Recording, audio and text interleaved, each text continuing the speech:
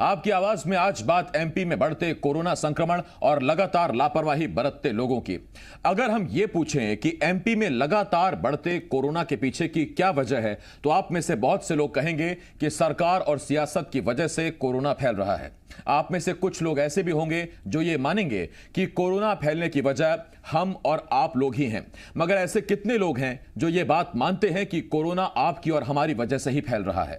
रोज अपनी डिबेट में हम सरकारों से बढ़ते कोरोना को लेकर सवाल पूछते हैं, मगर आज हम ये पूछेंगे कि सड़कों, बाजारों में क्या सरकार ने हमें भीड़ जुटाने के लिए कहा है? क्या सरकार ने हमें रिस्क लेने के लिए कहा है? क्या हम लोगों की लापरवाही की वजह से ही कोरोना नहीं फैल रहा? सवाल यह है, हम लोग कब सुधरेंगे? आज इसी पर हम बहस करेंगे। एक खास पैनल भी हमारे साथ जुड़ेगा, लेकिन आइए सबसे पहले एक रिपोर्ट देखते हैं।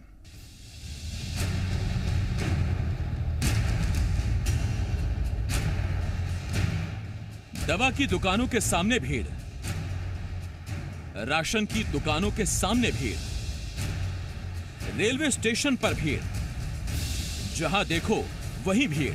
तो सवाल यह है, क्या ऐसे भागेगा कोरोना? ये तस्वीरें डराती हैं, क्योंकि ये तस्वीरें भोपाल, इंदौर ही नहीं, करीब करीब पूरे एमपी का यही हाल है। जरा इंदौर रेलवे स्टेशन का हाल देखिए। यहाँ ना तो लोग कोरोना गाइड का पालन कर रहे हैं और ना ही इन नियमों का पालन कराने के लिए कोई वहां मौजूद है। बढ़ते कोरोना की वजह से सरकार ने नाइट कर्फ्यू लगा दिया, कहीं लॉकडाउन लगा दिया गया, मगर लोग हैं कि कोरोना को हल्के में ले रहे हैं। एमपी में भले ही एक दिन में 4300 से ज्यादा मामले सामने आ रहे हों, हर घंटे एक व्यक्ति की मौत हो रही हो, मगर हम सुधरने वाले नहीं हैं। एक तरफ लोगों की लापरवाही कोरोना संक्रमण को न्योता दे रही है, तो दूसरी तरफ महामारी पर भारी सियासत हो रही है। विपक्ष में बैठी कांग्रेस ने बढ़ते कोरोना के लिए सरकार को जिम्मेदार ठहराया है। पूर्व सीएम कमलनाथ ने सरकार पर निशाना साधते हुए कहा कि नाटक नौटंकी करने की बजाय सरकार मरीजों को बेड, दवाइयां, ऑक्सीजन और इंजेक्शन दिलाने पर जोर दे। तो दूसरी तरफ कांग्रेस ने सरकार पर दमोह में कोरोना के आंकड़े छिपाने का आरोप भी लगा दिया।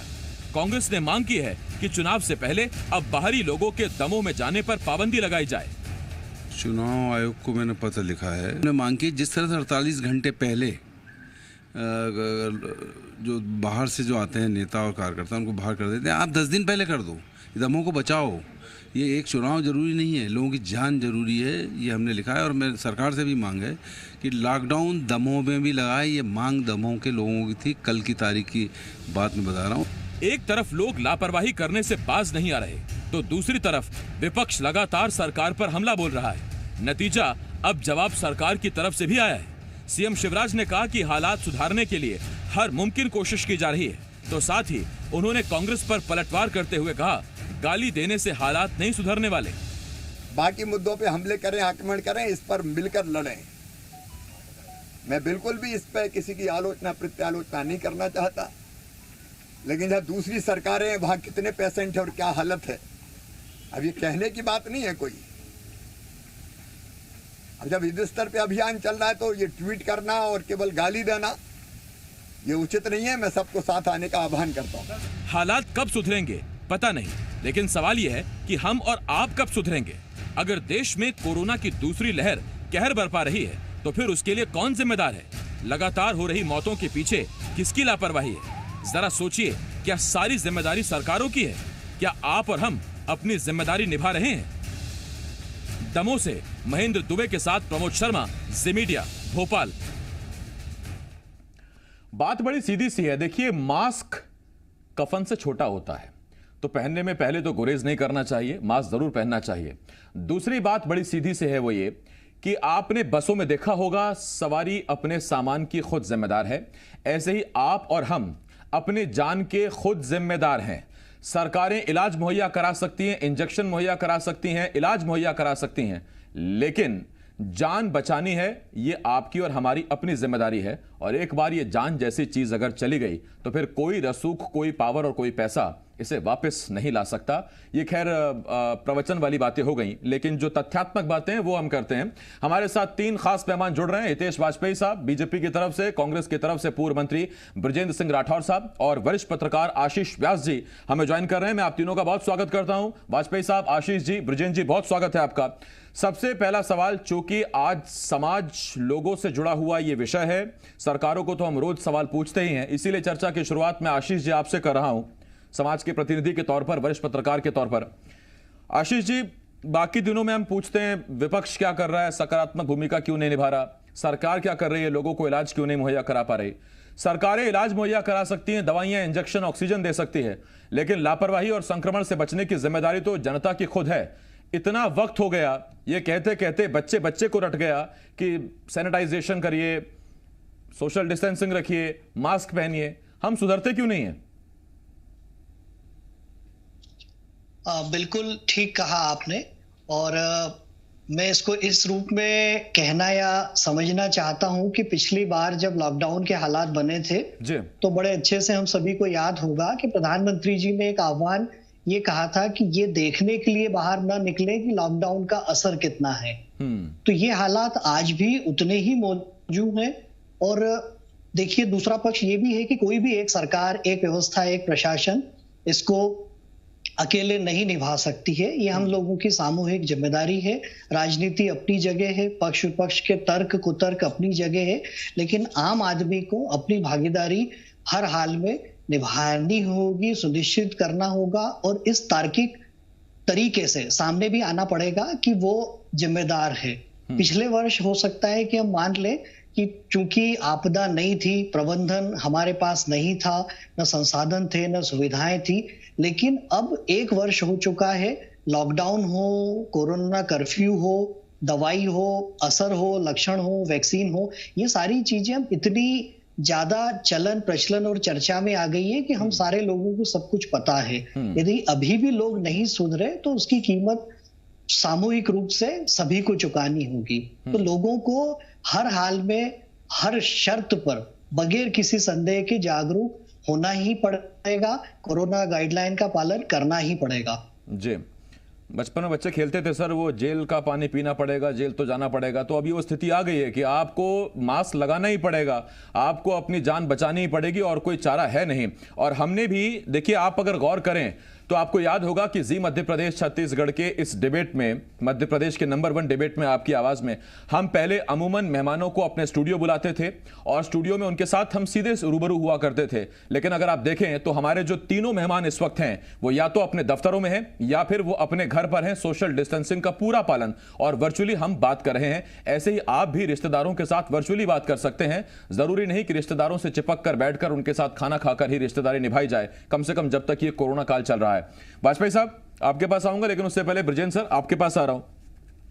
बृजेंद्र सर, मुझे नहीं पता कि आप कितनी देर में अपनी बात सामाजिक से धीरे धीरे राजनीतिक पर आ जाएंगे, लेकिन मैं चाहता हूं कि आज मामला सामाजिक है तो उसी पर रहे। लेकिन पहला सवाल मेरा आपसे यही है बृजेंद्र सर, कि सख्ती बरतें तो लोग सुधरेंगे, सख्ती बरते तो कितनी बरतें? क्या अब तक पर्याप्त सख्ती बरती जा चुकी है या और सख्ती बरतनी पड़ेगी? क्योंकि भाषणों से, प्रवचनों से, सत्संगों से, अपील से कोई खास फर्क दिखता नहीं है अभी जनता के बीच।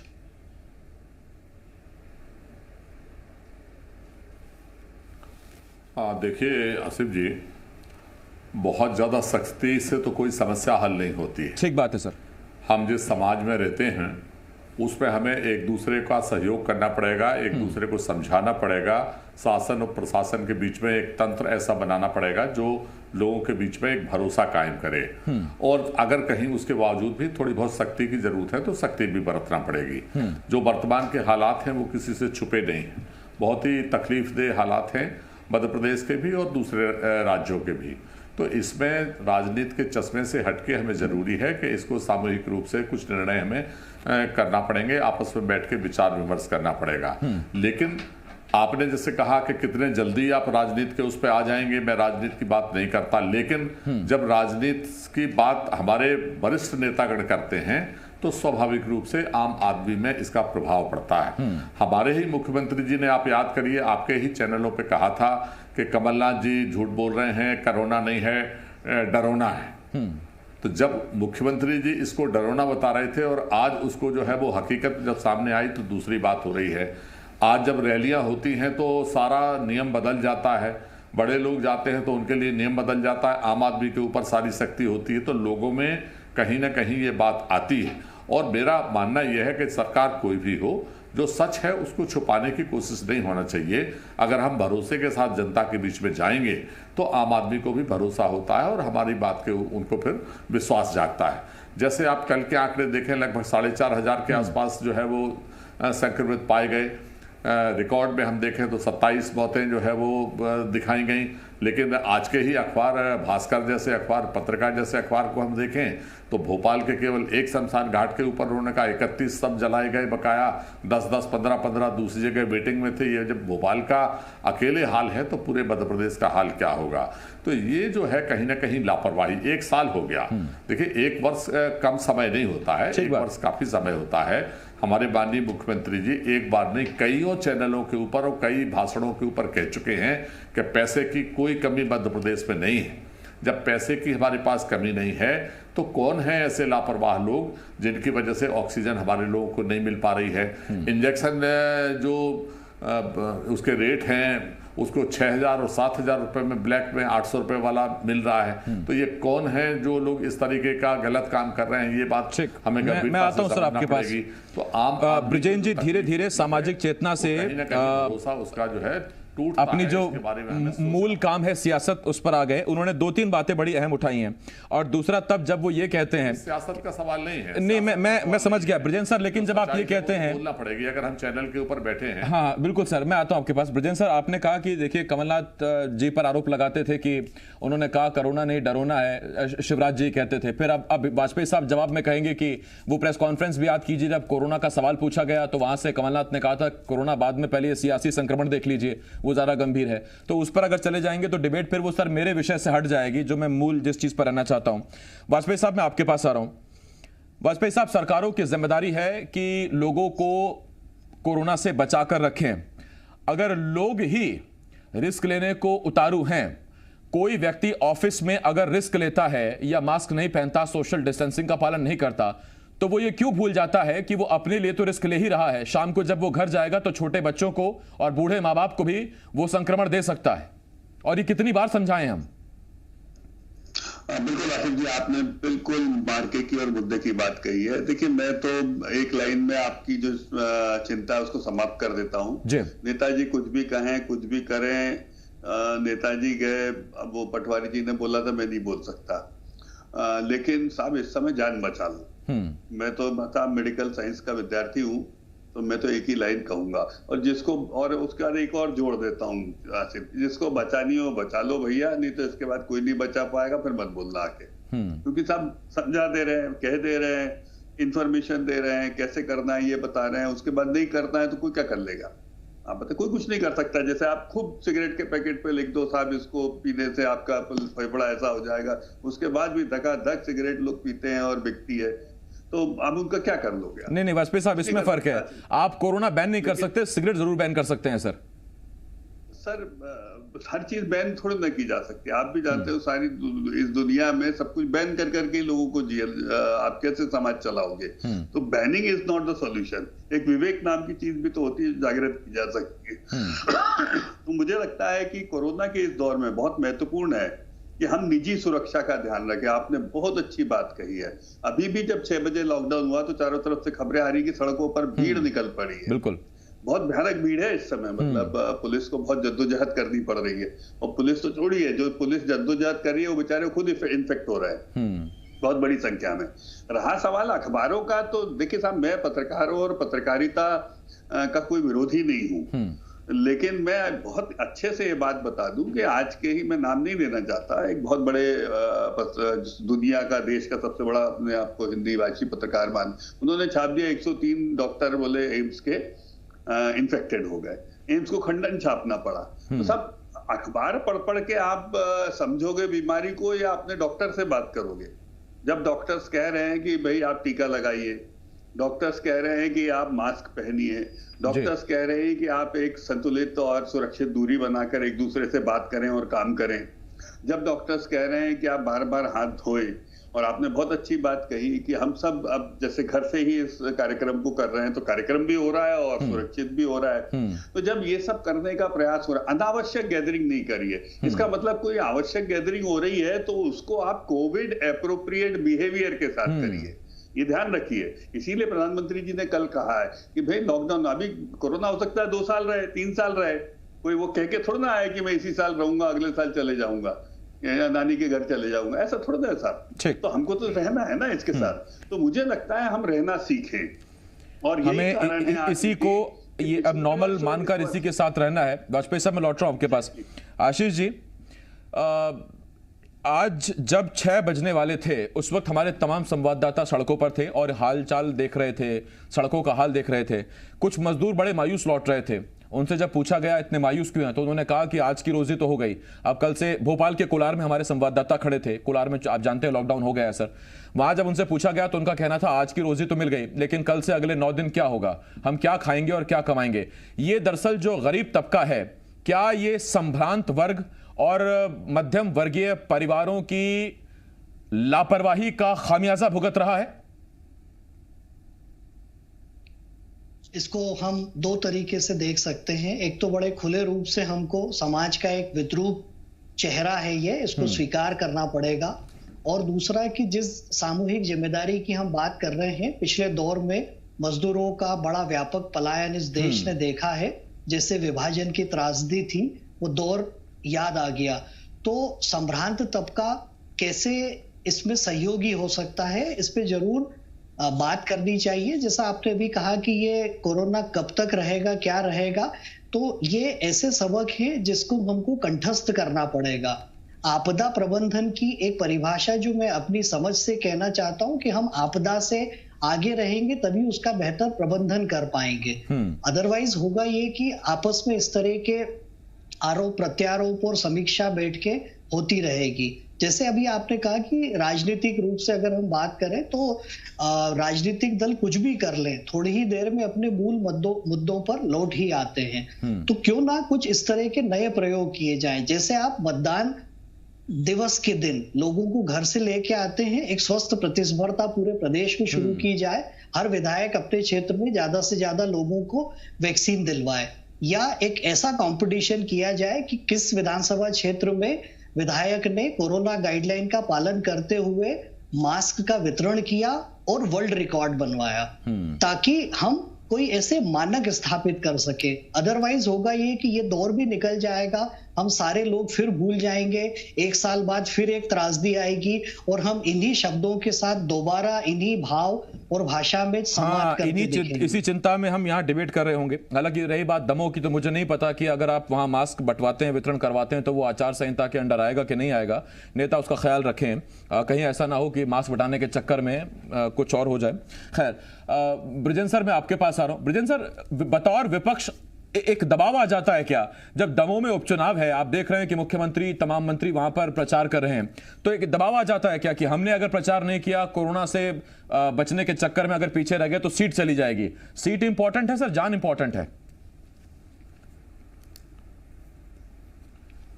देखिए, ये हमें बंगाल से सोचना पड़ेगा, आसाम से सोचना पड़ेगा, तमिलनाडु से सोचना पड़ेगा। जब हम हमारे देश के प्रधानमंत्री जी से लेके और भारत सरकार के आधे से ज्यादा मंत्री दिल्ली छोड़ के अगर वहां पर पड़े हैं, तो ये बात हमें उनसे भी पूछना पड़ेगी कि सीट जरूरी है या फिर जिंदगी जरूरी है। ये बात सही है, जिंदगी जरूरी है, लेकिन जब क्रिया होती है तो उसकी प्रतिक्रिया होती है। एक पक्ष जाता है तो स्वाभाविक रूप से फिर दूसरा पक्ष जाता है। जहां तक कांग्रेस और बीजेपी का सवाल है, हम कोरोना में राजनीति नहीं करना चाहते। हमारे मित्र वाजपेयी जी ने कहा, मैं भी आपको तहे दिल से और जिम्मेवारी से इस चैनल के ऊपर कह रहा हूं कि जब ये पिछली बार ये स्थितियां बनी, हम लोगों ने भी गांव-गांव में जाके मास्क बांटे, जो भी सैनिटाइजर की स्थिति थी, को उसकी ड्रेस की स्थिति थी, सारे लोगों ने सहयोग किया, चाहे कांग्रेस के हो, चाहे निर्दलीय हो, चाहे बीजेपी के हो, सारे लोगों ने अपने तरीके से जहां जो सहयोग था, गरीबों को खाना खिलाने का, मजदूरों के लिए पूरी हेल्पलाइन चलाने का हम लोगों ने काम किया, और आज भी हम तैयार हैं।